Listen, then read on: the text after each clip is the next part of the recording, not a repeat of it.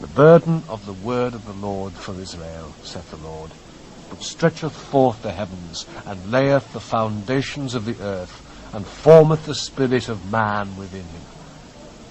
Behold, I will make Jerusalem a cup of trembling unto all the people round about, when they shall be in the siege both against Judah and against Jerusalem.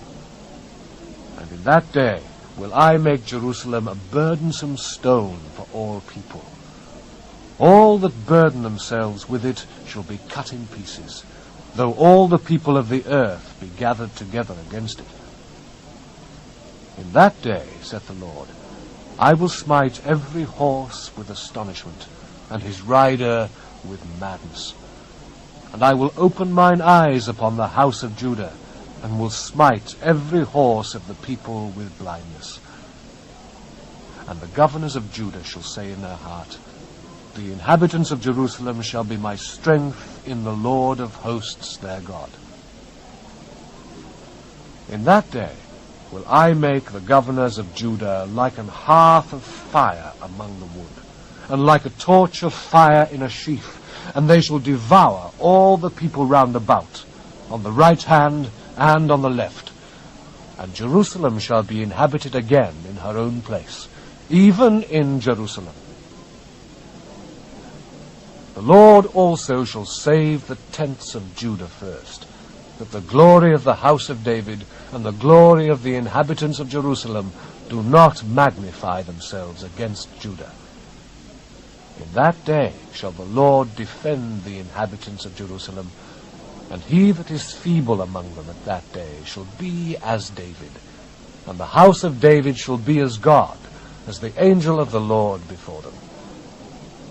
And it shall come to pass in that day that I will seek to destroy all the nations that come against Jerusalem.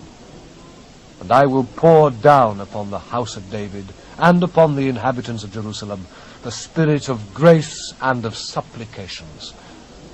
And they shall look upon me whom they have pierced, and they shall mourn for him, as one mourneth for his only son, and shall be in bitterness for him, as one that is in bitterness for his firstborn. In that day shall there be a great mourning in Jerusalem, as the mourning of Hadrimmon in the valley of Megiddon.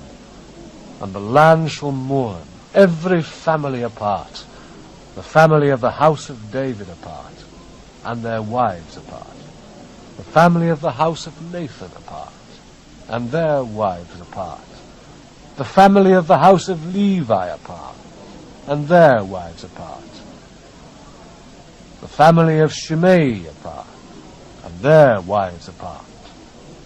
All the families that remain, every family apart, and their wives apart.